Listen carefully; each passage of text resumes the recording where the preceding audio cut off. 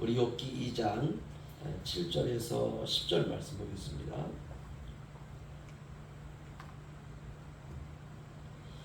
욥기 2장 7절에서 10절 말씀.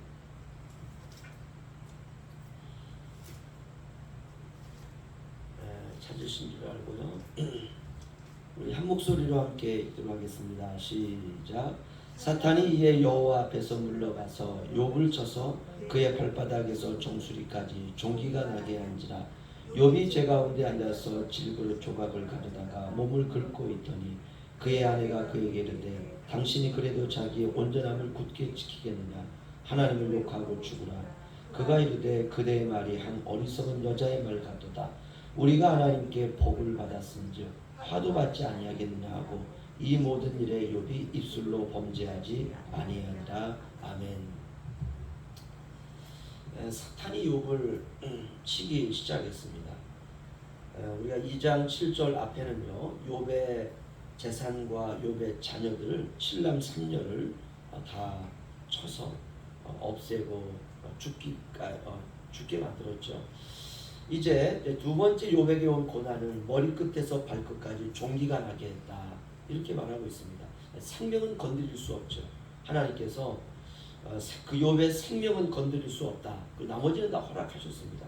그러자 사탄이 인간의 삶 속에서 가장 힘들고 어려운 그 부분을 이제 치기 시작한 것이죠. 그것이 바로 종기입니다. 증상이 무엇이냐? 8절에 보시면 욥이 제 가운데 앉아서 질그릇 조각을 가져다가 몸을 긁고 있더니, 이게 이제 증상입니다. 가려움이죠. 흙으로 만든 그릇은 질그릇은 항아리 조각이 아니라 화분 조각 같은 것입니다. 그걸 깨뜨려 가지고 그걸 가지고 이제 머리부터 발끝까지 이제 긁기 시작했다라고 했습니다. 하루 종일 긁는 거예요. 긁어도 가려움이 이게 낫지를 않습니다. 긁으면 그 자리가 더 가렵고 가려운 건 정말 고통스러운 일이죠. 종기니까 긁으면 터지고, 터진 자리는 곪고, 곪으면 날씨가 더우니까 상처가 생기고, 상처가 낫지 않으니까 상처 자리를 또 긁고, 그러면 이제 파리가 와서 거기에 알을 낳고 구데기가 생기는 것입니다. 이건 최악이죠. 집안은 망했고, 사업은 부도났고, 자녀들 10명은 하루아침에 다 죽고, 이제 욥이 그의 몸에 종기가 나서 온몸이 종기입니다. 이 정도 되면 동네도 작은데 동네 돌아다니면서 들리는 말들은 이제 가슴을 이제 쿡쿡 찌르는 말들이죠. 욥이 왜 저런 고통을 당하고 있을까? 욥의 자녀들이 다 죽었을까? 사업은 왜 다 망했을까? 다 이유가 있지. 이런 말들이 더 이제 고통스러운 것입니다. 특별히 더 고통스러운 건 욥의 이제 아내죠. 아닌 밤중에 생각지도 못한 저주를 받은 것입니다. 생각하면 화가 나는 것이에요. 그렇게도 신앙이 좋은 남편에게 왜 이런 일이 일어났을까? 그리고 남편은 한마디도 안 하는 것입니다. 하나님이 살아계신다면 남편이 그렇게 하나님을 잘 믿었는데 뭐라도 답을 해주셔야 되는데 온갖 생각이 떠나질 않습니다. 다른 건 자취하고 자기 몸으로 낳은 자식들 10명이 다 죽었다는 게 이 욥의 아내 입장에서는 너무나 큰 충격입니다. 그런데 지금 남편은 뭐 하고 있느냐? 여전히 하나님을 믿는다고 그냥 죄를 뒤집어 쓰고 앉아서 머리끝부터 발끝까지 구데기가 그냥 이리저리 기어다니고, 그럼 그냥 긁고 그냥 그것을 가려우니까 긁고, 그냥 그러고 있는 것입니다. 욥의 아내가 욥을 보니까 이거 가관이 아닌 것이에요. 그래서 9절을 보시면 그의 아내가 그에게 이르되 당신이 그래도 자기의 온전함을 굳게 지키겠느냐? 차라리 하나님을 욕하고 죽으라. 이렇게 말하고 있습니다. 소리 지르면서 우리 식으로 말하면 이런 거죠. 야, 너만 신앙 좋은 척하고 있으면 뭐하냐? 집안은 저주가 받았는데 네가 믿는 하나님이 맞기는 한 거냐? 내가 보니까 그것도 아니다. 당신이 믿는 하나님이 당신에게 그런 저주를 퍼부을 수 있느냐? 하나님을 아예 욕하고 너도 죽어버려라. 이렇게 할 말 못할 말 다 하는 것입니다. 그랬더니 욥이 10절에 보시면 그대의 말이 한 어리석은 여자의 말 같도다. 쉽게 말하면 부부싸움 난 것입니다. 대부분 이 정도까지 가면 이 정도 가는 거죠. 막판은 이제 부부싸움이죠. 안 갈 수도 없습니다. 부부가 신앙이 다 같은 것이 아니기 때문에 그렇습니다. 참담하죠. 우리는 욥의 이러한 이야기를 읽으면서 우리 일은 아니니까 그렇죠. 수천 년 전에 일어난 욥이라고 하는 사람에게 일어난 일이고, 그러니까 우리는 내게 닥친 일이 아니니까 그냥 읽고 지나갑니다. 우리가 조금 신앙이 있는 분들은 야 힘들겠다 이 정도죠. 나와 공통점이 없으니까. 지구상에 과연 이런 경우가 과연 있을까? 사업이 다 망하고 모든 자녀들이 하루아침에 집이 무너져서 다 죽고 머리끝부터 발끝까지 이제 자신에게 종기가 나서 구더기가 몸에 이리저리 다 기어다니고 이런 사람은 없습니다.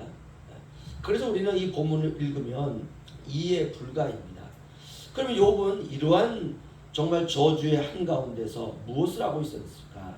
10절 끝부분 보시면 우리가 하나님께 복을 받았은즉 화도 받지 아니하겠느냐 하고 이 모든 일에 욥이 입술로 범죄하지 아니하니라. 아멘. 욥이 이렇게 말합니다. 2장 7절 이전에는 주신 이도 여호와시요 거두신 이도 여호와시니, 10절에는 우리가 여호와께 복을 받았은즉 화도 받지 아니하겠느냐. 인생에는 복과 화가 있다는 것이죠. 이 두 가지를 누가 주셨느냐? 하나님께서 주셨다는 것입니다. 그럼 왜 주셨느냐? 복을 주신 것은 이해가 되는데 이런 엄청난 고난은 왜 주셨느냐? 이거는 모르는 거야. 알 수가 없습니다. 그래서 욥의 신앙은 이거죠. 하나님께 뜻이 있다는 것이죠. 하나님께 계획이 있다는 것이죠. 그러면서 욥이 이 모든 일에 입술로 범죄하지 아니하니라. 아멘. 여러분, 불평도, 원망도, 화도, 미움도, 증오도 입으로 나타내지 아니했다. 이것이죠. 저는 오늘 본문을 보면서 우리가 할 수 있는 건 이게 전부입니다. 누가 되었든 하늘에서 결정이 되어 가지고 땅에서 시행된 일에 우리가 뭐라고 말할 수 있겠습니까? 여러분, 오늘 이 말씀 꼭 기억하세요. 이 모든 일에 욥이 입술로 범죄하지 아니하니라. 이러면 됩니다. 오직 하나님만 바라보면 되는 것이죠. 우리가 꼭 돈을 많이 벌어야 되나요? 우리가 꼭 100살까지 살아야 됩니까? 우리 집안은 꼭 부자로 살아야 되나요? 그런 건 아니에요. 때때로 하나님께서 세상에서 우리가 살아가도록 각 사람에게 부여하신 삶이 있습니다. 그렇게 살다 가면 되는 것이죠. 우리가 구약 신약 성경에 보면 특별히 나사로라고 하는 사람이 있습니다. 이 사람은 거지거든요. 그런데 이 나사로가 거지로 살다가 결국 천국에 갔다라는 것이죠. 과연 이 세상에서 나사로의 삶은 실패자인가? 그렇지 않습니다. 그는 평생 거지로 살았지만 하나님께서 그의 삶을 통해서 이 세상의 그를 빛으로 사용한 것입니다. 나사로로 살아도 하나님 나라에 갈 수 있다는 것이죠. 성경에 나사로라고 하는 이름과 그의 삶은 들어가 있습니다. 그의 일생이 들어가 있어요. 이게 복이에요. 하나님의 쓰임에 사용되면 그것으로 만족한 것입니다. 욥에 비하면 우리는 어떤가? 때때로 저는 그런 생각이 듭니다. 욥에 비하면 저에게 다가오는 고난은 아무것도 아니거든요. 그러니까 오히려 그 고난에 대하여 원망한다는 건 사치다라는 생각이 듭니다. 오늘 우리가 욥기를 통해서 우리는 욥에 비하면 우리의 삶은 그냥 무한 행복이죠. 우리가 모든 일에 감사하고 자식들이 건강한 것만으로도 우리는 감사해야 됩니다. 감사하면 감사지 다른 이유는 없습니다. 고난 한가운데 하나님을 끝까지 신앙했던 우리가 욥을 기억하면서 우리의 신자의 본분을 지키며 오늘 하루도 주님과 함께 동행하는 저와 여러분 되시기를 주의 이름으로 축원합니다.